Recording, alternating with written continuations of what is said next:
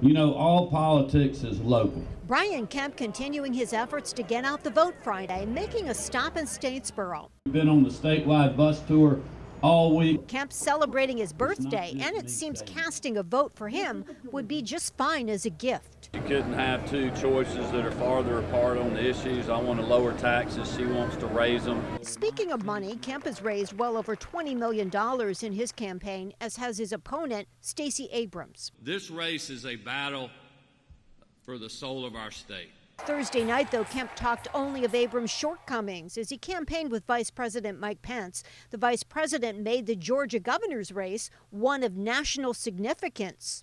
Georgia and America need Brian Kemp to be the next governor of the great state of Georgia.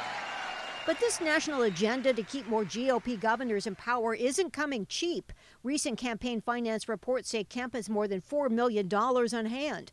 Those same reports indicate Abrams has about $3.9 million, which her campaign says will be used to get out the vote. So we're just working extremely hard, asking Georgians for their vote, trying to offset all the outside money that's pouring in from Hollywood and New York. The Kemp campaign has hammered home the message that the majority of Abrams' money comes from big outside donors. We found many of those donations from places like Los Angeles, but we also found smaller donations from people in Georgia. But there's no question that Kemp has made the most of the outsider issue. In turn, the Abram camp says he's bankrolled in part by special interests. And we did find some out-of-state donations, most over $6,000. For example, from the Koch brothers or from Delta, which wants a tax cut.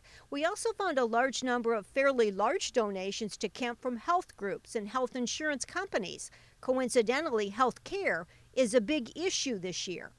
She wants a radical government takeover of health care. I want to increase markets, increase the rural hospital tax credit to save rural hospitals. Candidates usually say their campaign donations won't affect the policies they want to implement. Well, one thing is certain in this race, it is a test of endurance in the campaign and the pocketbook.